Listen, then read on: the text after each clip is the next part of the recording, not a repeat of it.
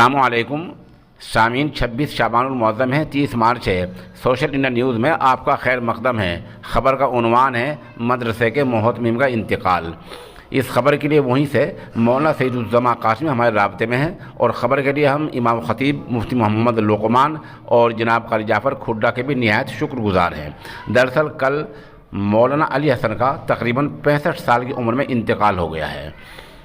نماز جنازہ یہاں جو پڑھائی ہے وہ دارالعلوم عربی کالج میرٹھ کے سابق شیخ الحدیث مولانا سعید صاحب نے نماز جنازہ پڑھائی ہے۔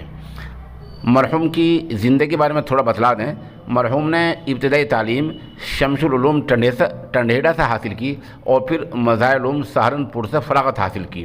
آپ کا آبائی وطن ضلع مظفر نگر کی تحصیل جانسٹ کا گاؤں سکندرپور ہے۔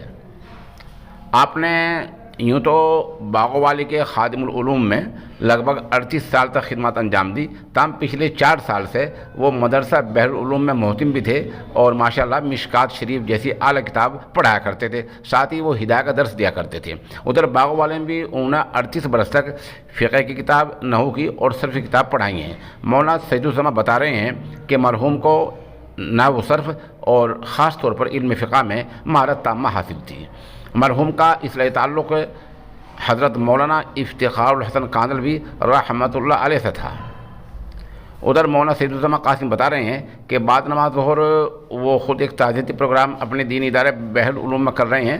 مولانا نے لوگوں سے اپیل کی ہے، پسماندگان کے لیے صبر جمیل کی اور مرحوم کے لیے مغفرت اور درجات کی بلندی کی دعا کی اپیل کی ہے۔ مولانا سید الزماں قاسمی کا کہنا یہ ہے کہ آج ہم خود کو یتیم محسوس کر رہے ہیں۔